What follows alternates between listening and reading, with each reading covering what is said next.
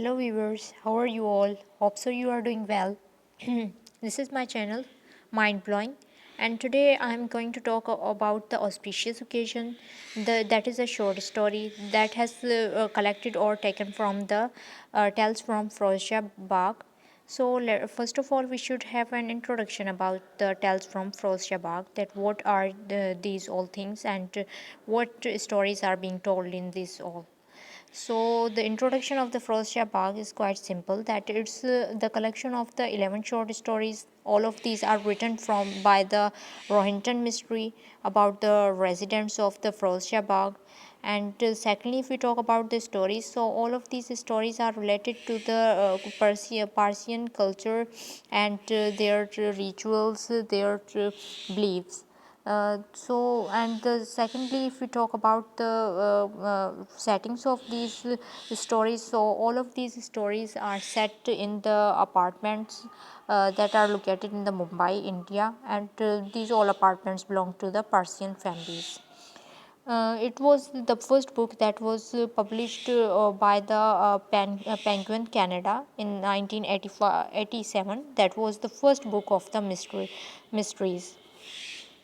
After that, as I have already mentioned, that it's consisting of the 11 short stories. So the name of all these stories are written here as the first one is the Auspicious Occasion. That is one of the famous and most famous stories of all these from this entire collection.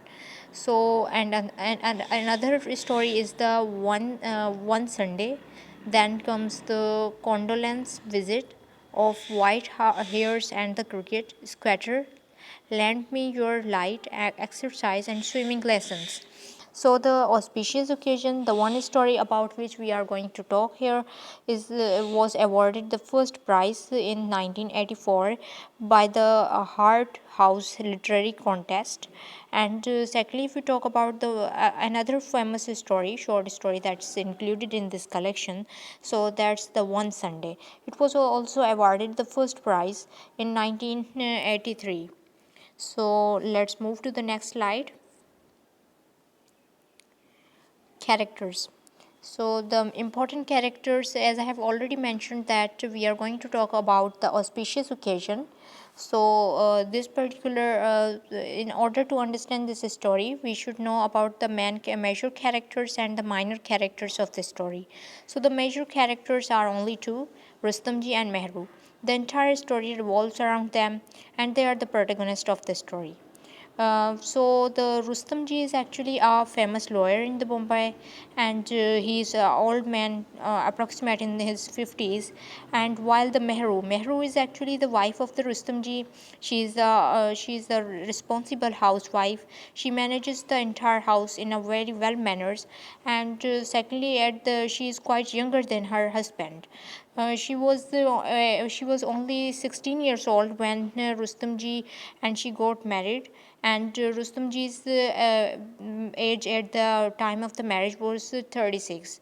But somehow they have married, and if we talk about their proposal, that why the Mehru's parents accepted the Rustamji's proposal for the Mehru, so there can be a reason that he was the one of the most famous lawyers in the Bombay, and he was settled.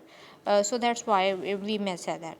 Another is so the minor characters. Now let's talk about the minor character. One of the minor character is Tanu. Tanu is actually the housemaid in the Mehru and Rustamji's house, and she is in her 70s. She is quite old, and she is having two sons, and both of them are lazy and drunken. So that's why they don't help her. So she have to work for herself as well as for her sons also.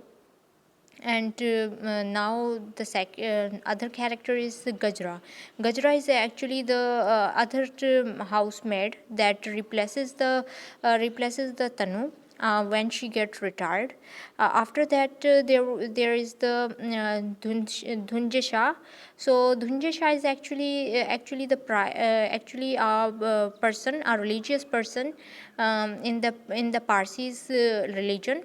As if we talk about, for example, we talk about the priest in the in the church, or the Molvi in the mosque. So this is the same example, that it's a religious person for in the context of the Parsis. So let's move to the next slide. Summary. So, we are going to discuss here the summary. The story begins with the Rustamji, who is in the washroom, and he comes out of the washroom because in a troublesome situation, because the toilet of upstairs has been leaked over his head. Means the toilet or the washroom's water is leaked over his head of his neighbors. That's why he is in a troublesome situation, and his all over body gets dirty, and he calls his wife, Mehru, Mehru, where are you? So the Mehru is actually preparing for the fire temple, and but she responses the Mr. Rustamji in a very positive way. She comes to him and asks what's the problem.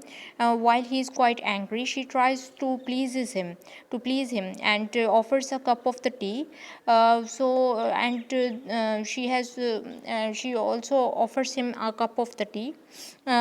So here means auspicious occasion. Auspicious occasion, it's the day of the Behram Roji. So that's the day, or we can name as the auspicious occasion as well. As according to the Parsis believes it's the day on which nothing wrong can happen, and it's the favorable day for them. So the Mehru is making all the preparations for this particular day, as this particular day is quite important for her and valuable, as she got married on this very same day, and she also was born on this day, on the Behram Roji's day. And similarly, her Navjot was also done on this day. So you guys must be thinking that what is the Navjot? So Navjot is actually Zoroastrian, is a Parsi's belief in which a Parsi's child is declared as the Zoroastrian by his family, and several type of the rituals, or we may say that several type of practices are offered or done in the fire temple. After that, a child is declared as a Zoroastrian according to them. So on this particular day, Mehru has prepared her children for the school, and she has cooked the dinner, she has also laid out all the clothes for the temple practices. And after that, she also tries her level best to please the Rustamji, to not to spoil his day. And when the Rustamji gets out of the washroom, and so he declares that the day is spoiled and now he can't do anything. And so she, in order to let him enjoy the day, she offers him a cup of the tea. After that, condition that the Gajra, the housemaid, is absent on this auspicious occasion. So all the things, all the pieces of work are done by the Mehru herself. She has cleaned all the house, and she has also decorated the house. And she goes to the hastily she reaches the route H bus in order to get to the fire temple. At the same time, she also gets promise from the Rustamji to reach the fire temple on the correct time, on the timely. So she go while she is on her way to the fire temple. She is thinking about her old days, or childhood days, when she used to enjoy these all means these all fire temples practices, like the decoration of the house. She loves the fire temple, and secondly, she enjoys watching the flame dances in the marble that are done in the fire temple on this particular day. And she also used to enjoy the hugging that the Sturji the Sur Dundasha used to do at the time when she was a child, and now he must be. She also is hoping that the Sur Dundasha would be at the fire temple also today, when she has got married and she has become an adult woman.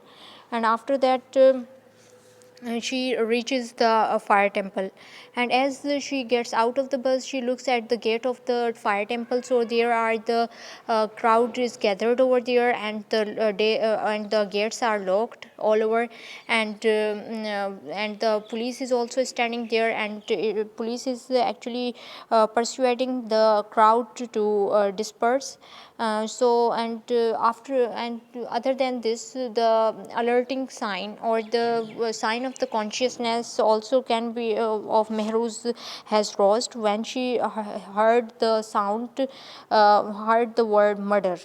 So after that, she waits there for her husband, that to let the Mr. Rustamji know that the all the fire temples practices are cancelled, because the murder was committed in the temple.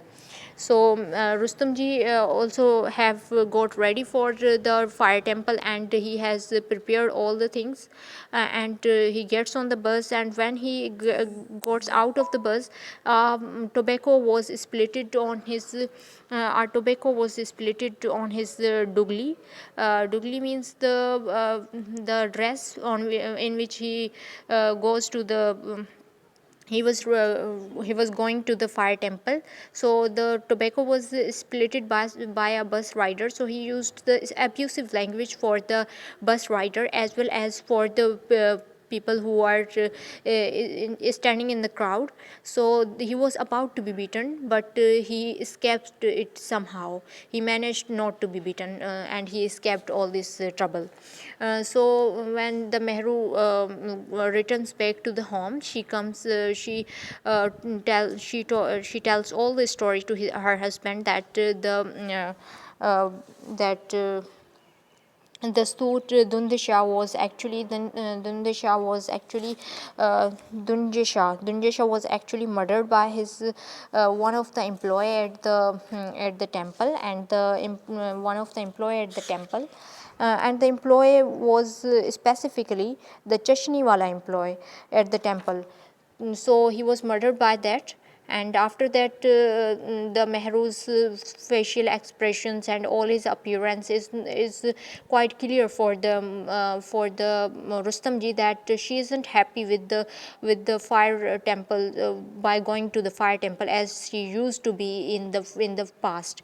So after that, she offers again, she provides Rustamji with a cup of the tea, and they start whispering and talking about several other things. That's how the story ends here. So guys, you have to subscribe my channel, and like and share. If you have any questions, so don't forget to ask it. That's all from my side. Thank you.